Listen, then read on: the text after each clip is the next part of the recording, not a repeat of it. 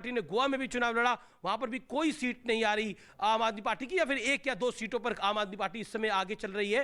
यानी आम आदमी पार्टी ने रजिस्टर करी है अपनी जीत पंजाब के अंदर। पंजाब में एक बम्पर जीत हुई है, लेकिन अगर हम ओवरऑल बात करें तो उत्तराखंड में आम आदमी पार्टी का कुछ परफॉर्मेंस नहीं है, नहीं आम आदमी पार्टी का परफॉर्मेंस है बड़ा उत्तर प्रदेश के अंदर। लेकिन पंजाब में जरूर सरकार बना रही है आम आदमी पार्टी, और धड़ल्ले से बना रही है, वो साफ दिखाई दे रहा है।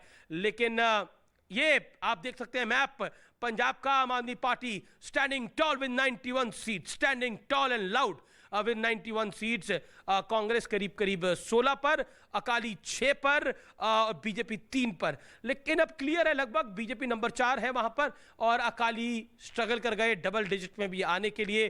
बहुत खराब स्थिति अकाली दल की, इस तरह की स्थिति की उम्मीद उनको नहीं होगी निश्चित तौर पर। सुखबीर बादल अपना चुनाव हार रहे हैं।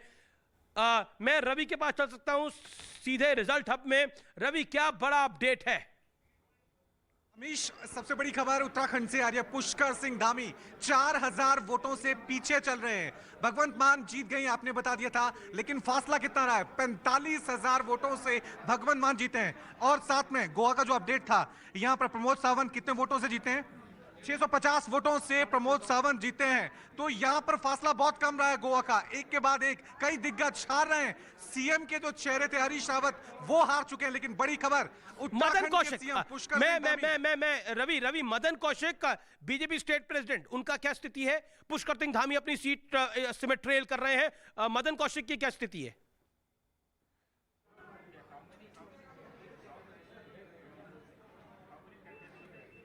रवि जी, एक बार फिर दोहराएं। Madan Kaushik Haridwar, BJP state president Uttarakhand के। मदन कौशिक हरिद्वार पे उनका क्या स्टेटस है अभी? हरिद्वार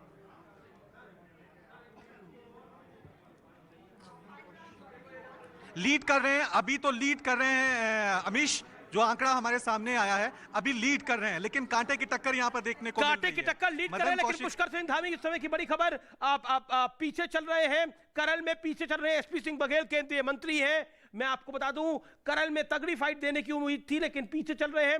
अखिलेश यादव कितने से आगे हैं हम पता करेंगे कुछ देर में। केशव प्रसाद मौर्य की ट्रेल कितनी बड़ी है वो हम पता करेंगे। बड़े कुछ फैक्टर्स हैं, लेकिन निश्चित तौर पर भारतीय जनता पार्टी सरकार बना रही है। रितु खंडूरी, बीसी खंडूरी की बेटी है, बीजेपी से आगे चल रही हैं। उत्तराखंड में बीजेपी की बड़ी जीत हो रही है, और यहां पर कांग्रेस अब 15 पे जाती हुई आप 92 पर आती हुई लैंडस्लाइड विक्ट्री। आम आदमी पार्टी सबसे बड़ी दबंग है पंजाब के अंदर, जबरदस्त जीत हो रही है। नुपुर शर्मा, दिल्ली के बाद आम आदमी पार्टी ने पंजाब में परचम लहरा दिया है।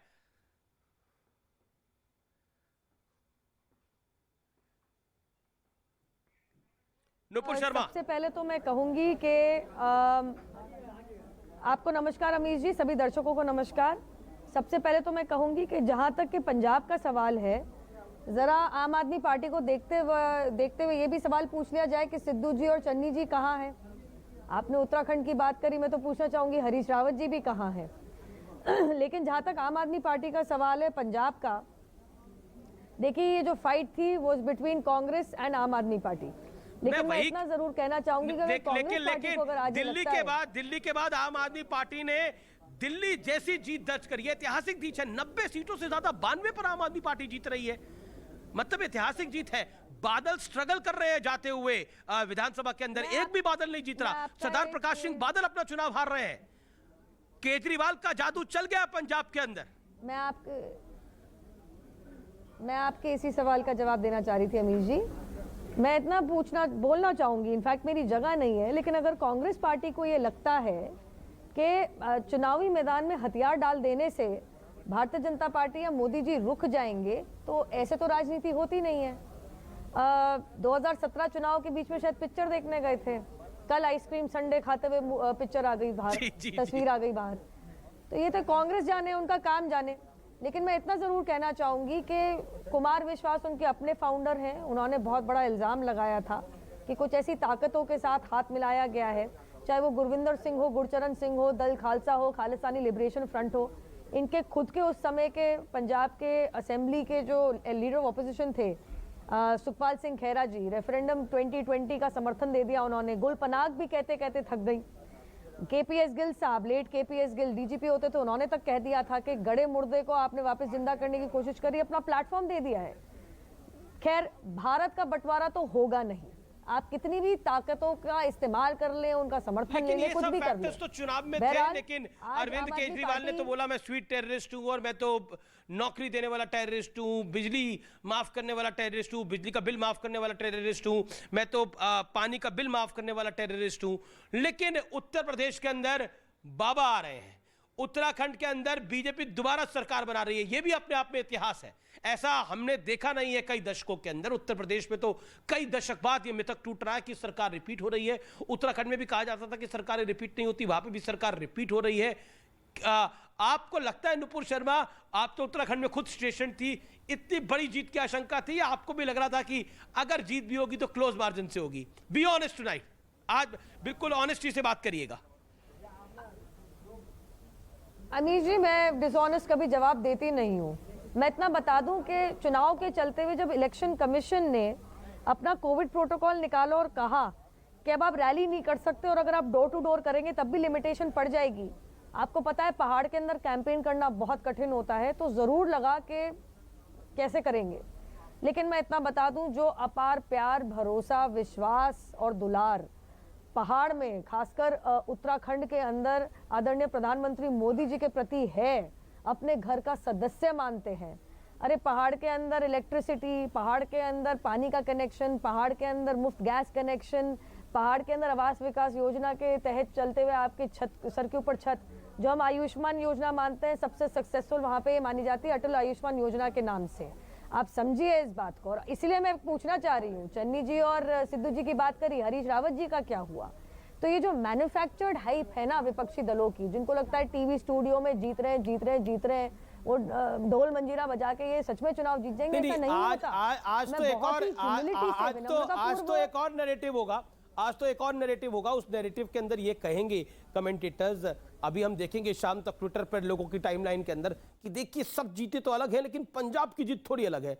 लेकिन लोग भूल जाते हैं कि उत्तर प्रदेश के अंदर सरकारें रिपीट नहीं होती। 403 की विधानसभा के अंदर बीजेपी अगर 270 के करीब पहुंच रही है, 265 से 270 के बीच में आ रही है, तो बड़ा इतिहास है।